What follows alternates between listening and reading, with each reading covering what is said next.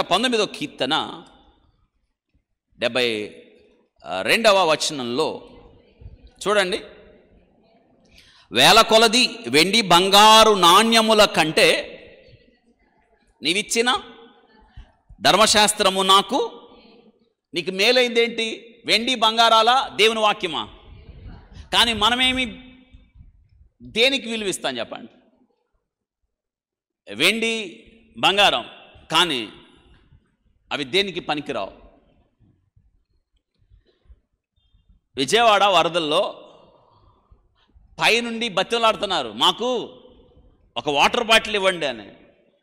తెలుసా, ఆ సమయంలో వాళ్ళు పరిగెత్తుకుంటా నీళ్ళల్లో వచ్చి వాళ్ళకు అందించిన ఆహారం, వాళ్ళకు అందించిన వాటరు, ఫుడ్ తీసుకోవడానికి చేతులు చాపుతున్నారే.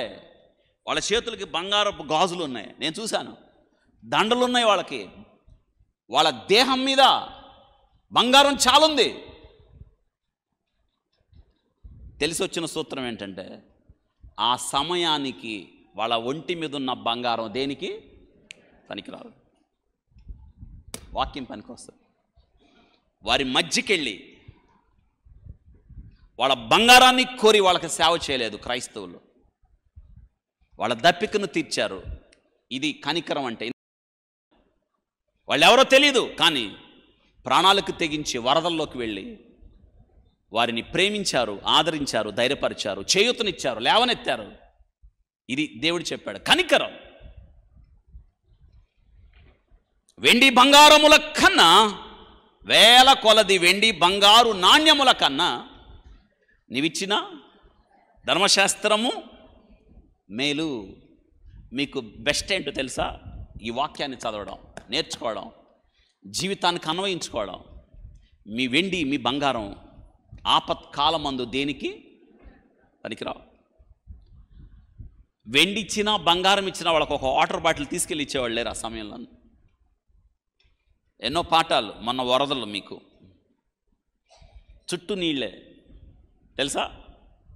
వాళ్ళ కార్లు లక్షలు కాదు, కోట్ల రూపాయల కార్లు నీళ్ళల్లో కొట్టుకుంటూ వెళ్ళిపోవడం చూసాం మనం. అక్కరకు రాలేదు. ఏసీ లేకపోతే ఒక్క క్షణం ఉండలేని వారు కరెంటు లేకుండా నీళ్ల మధ్య దినాలు గడిపారు తెలుసా. వాటిల్లో పాములు. మళ్ళీ ఒక్కసారి ఆలోచించండి. అందుకే నువ్వు మంచి జీవితం జీవించడానికి మనం అనుకుంటాం, నాకు బంగారం కావాలి, వెండి కావాలి, ఇళ్ళు కావాలి, వాకిళ్ళు కావాలి, ఆస్తులు కావాలి, ఉద్యోగాలు కావాలి, పేరు ప్రఖ్యాతులు కావాలి. అవి నీకు మంచి జీవితాన్ని ఇవ్వలేవు.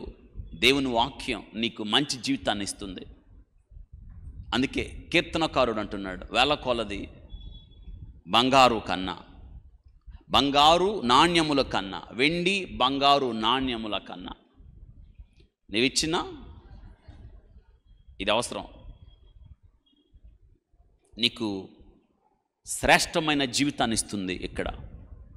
ఇక్కడే కాదు, ఈ జీవితం ముగిసిన తర్వాత నిన్ను పరలోకానికి తీసుకొని వెళ్తుంది దేవుని యొక్క వాక్యం. This is better life. అందరిలాగా మేము బ్రతకమండి, అందరిలాగా మేము ఆలోచించమండి, అందరిలాగా మేము వాటిని పట్టుకోమండి, అందరిలాగా తీసుకోమండి, అందరిలాగా పరిగెత్తి వెళ్ళమండి, మేము అందరిలాగా ఆలోచించమండి. ఎందుకంటే మాకు ఒక జీవితం ఉంది. మేము అందరిలాంటి వాళ్ళం కాదు, మేము ప్రత్యేకమైన వాళ్ళం. ఎందుకంటే మా చట్టం ఇది. మేమేం కోరుకోవాలో మాకు తెలుసు, ఏం ఆశించాలో మాకు తెలుసు, దేని గురించి మేము ప్రతిసారి ఆలోచిస్తూ దాని వైపు వెళ్ళాలో మాకు తెలుసు. ఎందుకంటే ఇది దేవుడు మాకిచ్చిన నడక, మాకిచ్చిన జీవితం, మాకిచ్చిన శ్రేష్ఠ బహుమానం.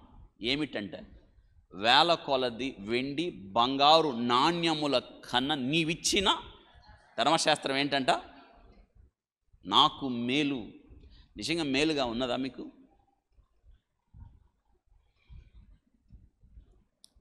లాకర్లో మీ ఇంట్లో బంగారం ఉందనుకోండి, చాలా బంగారం ఉంది మీ ఇంట్లో.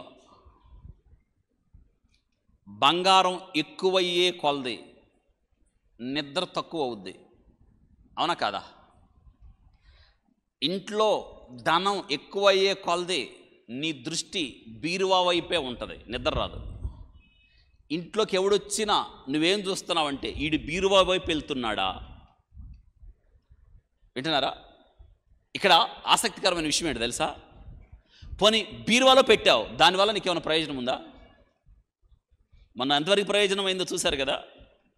నేనేమంటానంటే, వాక్యం ద్వారా లోకానికి వెండి కావాలి, బంగారం కావాలి, మనకు మాత్రం ఏం కావాలి?